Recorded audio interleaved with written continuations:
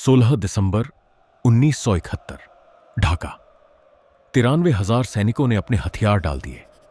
यह दूसरे विश्व युद्ध के बाद दुनिया का सबसे बड़ा आत्मसमर्पण था। लेकिन यह कहानी यहां खत्म नहीं, यहां से शुरू होती है। पीछे चलते हैं उस अंधेरी रात में जब सब कुछ शुरू हुआ। 25 मार्च 1971 रात के लगभग 11:30 बजे पूर्वी पाकिस्तान की राजधानी ढाका। शहर पर अंधेरा छाया हुआ था, बिजली काट दी गई थी और गलियों में एक अजीब सी खामोशी पसरी थी। फिर अचानक उस खामोशी को टैंकों की गड़गड़ाहट ने चीर दिया। पाकिस्तानी सेना की बख्तरबंद गाड़ियां ढाका विश्वविद्यालय की तरफ बढ़ रही थीं।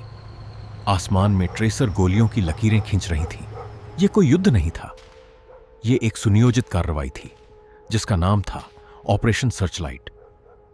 इस पूरे ऑपरेशन की कमान एक ऐसे जनरल के हाथ में थी जिसका नाम आगे चलकर इतिहास में एक काले अध्याय की तरह दर्ज होने वाला था, लेफ्टिनेंट जनरल टिक्का खान। उसका मकसद साफ था, बंगाली प्रतिरोध को जड़ से कुचल देना, एक ही रात में। लेकिन यह आग एक रात में नहीं भड़की थी। इसकी चिंगारी कुछ महीने पहले ही सुलग चुकी थी। दिसंबर 1970 पाकिस्तान के इतिहास के पहले आम चुनाव हुए थे और इन चुनावों ने वह कर दिखाया जिसकी किसी को उम्मीद नहीं थी। पूर्वी पाकिस्तान के नेता शेख मुजीबुर रहमान की पार्टी अवामी लीग ने भारी जीत हासिल की। उन्हें इतनी सीटें मिलीं कि पूरे पाकिस्तान की सरकार बनाने का हक उन्हीं का था। बंगाली जनता, जो वर्षों से पश्चिमी पाकिस्तान के शासन में खुद को दबा कुचला महसूस करती आई थी, उसे लगा कि अब उसकी आवाज सुनी जाएगी। मगर इस्लामाबाद को यह मंजूर नहीं था। राष्ट्रपति और सेनाध्यक्ष जनरल याहिया खान और पश्चिमी पाकिस्तान के ताकतवर नेता जुल्फिकार अली भुट्टो दोनों इस बात के लिए तैयार नहीं थे कि सत्ता एक बंगाली नेता के हाथ में चली जाए। बातचीत के नाम पर हफ्तों तक टालमटोल चलती रही और जब बातचीत के दरवाजे बंद हुए तो उनकी जगह बंदूकों ने ले ली। ऑपरेशन सर्चलाइट की उस पहली रात ही शेख मुजीबुर रहमान को उनके घर से गिरफ्तार कर लिया गया और पश्चिमी पाकिस्तान की जेल में भेज दिया गया। लेकिन गिरफ्तारी से ठीक पहले उन्होंने वह कर दिया जो इतिहास बदलने वाला था। उन्होंने बांग्लादेश की आजादी का ऐलान कर दिया। अगली सुबह जब सूरज निकला तो ढाका की सड़कें वैसी नहीं थीं जैसी पहले हुआ करती थीं।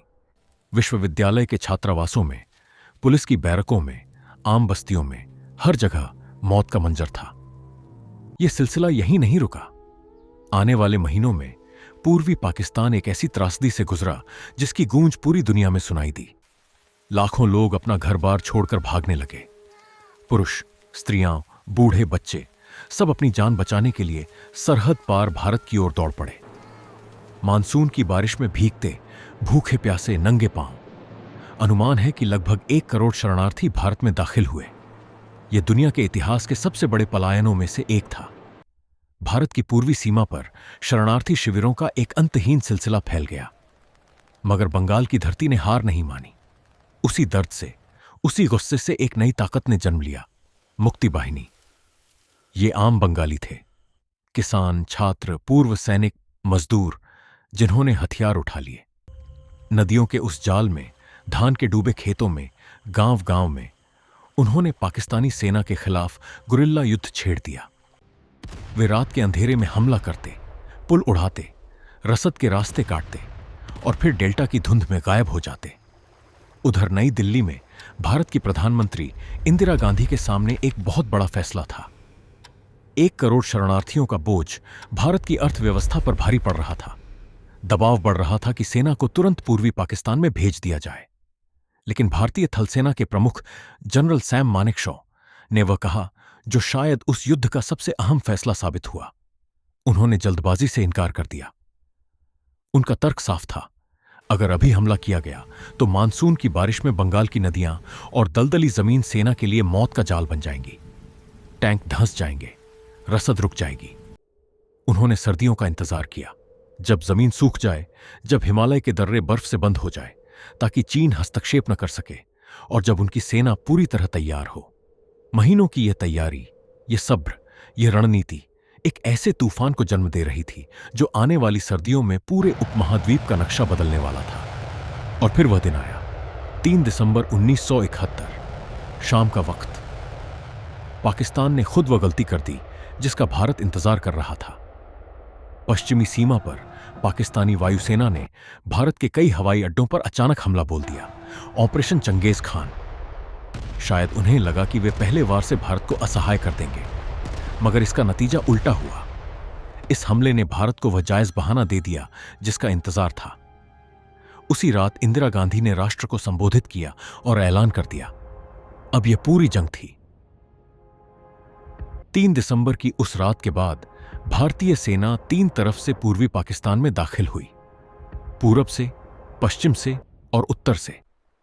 इस पूरे पूर्वी अभियान की कमान संभाल रहे थे lieutenant general Jagjit Singh Arora.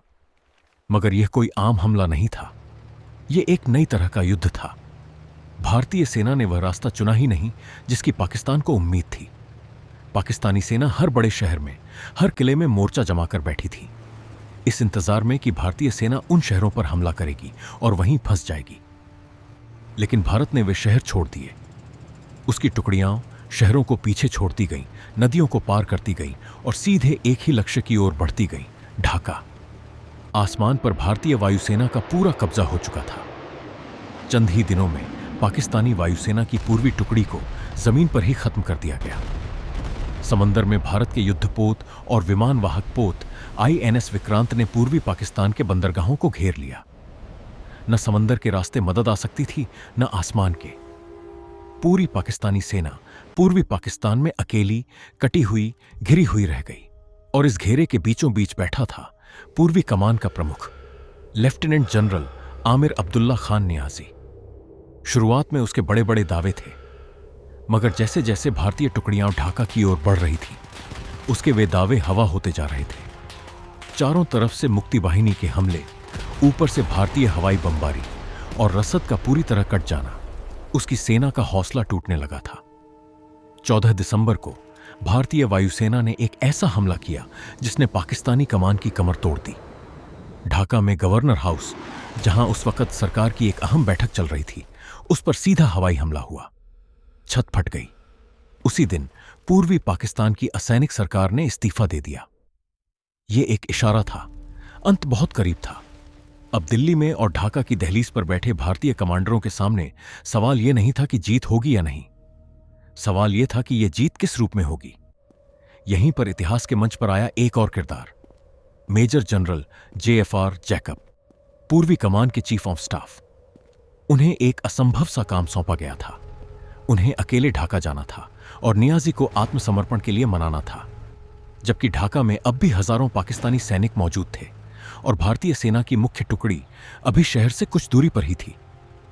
Jacob के पास सबसे बड़ा हथियार बंदूक नहीं, बल्कि हिम्मत और दिमाग था। जब वे नियाजी के सामने बैठे तो उनके सामने एक खुला आत्मसमर्पण का दस्तावेज रख दिया गया। नियाजी के पास अब भी सैनिक थे, हथियार थे। वह सिर्फ युद्ध विराम पर बात करना चाहता था, हार मानने पर नहीं। मगर जैकब ने उसे वह तस्वीर दिखाई जो उसके चारों ओर सच में मौजूद थी। चारों तरफ घिरी हुई सेना, टूटा हुआ मनोबल और एक ऐसा शहर जहां गुस्साई भीड़ और मुक्ति वाहिनी किसी भी पल फट सकती थी। जैकब ने उसे समझाया, अगर उसने सम्मानजनक आत्मसमर्पण नहीं चुना तो उसके सैनिकों की सुरक्षा की कोई गारंटी नहीं रहेगी। यह एक जुआ था, एक ऐसा दांव जो पूरी तरह हिम्मत पर टिका था, और वह दांव चल गया। 16 दिसंबर 1971 दोपहर, ढाका का रमणा रेस कोर्स मैदान, सर्दियों की साफ ठंडी धूप फैली हुई थी। हजारों बंगाली लोग उस मैदान के चारों ओर जमा थे। एक मेज रखी गई, उस पर रखा था आत्मसमर्पण का दस्तावेज, यानी इंस्ट्रूमेंट ऑफ सरेंडर। एक तरफ बैठे थे लेफ्टिनेंट जनरल जगजीत सिंह अरोड़ा और उनके सामने लेफ्टिनेंट जनरल नियाजी। पूरी दुनिया की नजरें उस मेज पर टिकी थीं। नियाजी ने धीरे से अपनी कलम उठाई, दस्तावेज पर दस्तखत किए और फिर परंपरा के मुताबिक उसने अपनी कमर से अपनी पिस्तौल निकाली और जनरल अरोड़ा के सामने रख दी, हार का सबसे पुराना और सबसे गहरा प्रतीक। उस एक दस्तखत के साथ लगभग 93,000 पाकिस्तानी सैनिकों ने आत्मसमर्पण कर दिया। यह दूसरे विश्व युद्ध के बाद दुनिया का सबसे बड़ा सैन्य आत्मसमर्पण था। महज 13 दिनों में एक पूरी जंग खत्म हो चुकी थी और उस मैदान के ऊपर एक नया झंडा लहरा रहा था। एक नए राष्ट्र का जन्म हो चुका था, बांग्लादेश, जो आग 25 मार्च की उस अंधेरी रात को ऑपरेशन सर्चलाइट के नाम पर लगाई गई थी, वह 9 महीने बाद उन्हीं को राख कर गई जिन्होंने उसे जलाया था।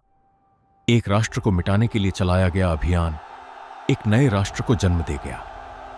इतिहास अक्सर यही सिखाता है, जिस आवाज को बंदूक की नोक पर दबाने की कोशिश की जाती है, वही आवाज सबसे ऊंची होकर गूंजती है। ढाका के उस मैदान में जो खामोशी छाई थी, वह हार की खामोशी थी, और उसी खामोशी में एक नई आजादी की सबसे बुलंद आवाज छुपी हुई थी। यह थी ढाका के पतन की कहानी। अगर आपको हमारा प्रयास अच्छा लगे तो इस वीडियो को लाइक, शेयर और चैनल को सब्सक्राइब जरूर करें और मुझे आपके कमेंट्स का इंतजार रहेगा।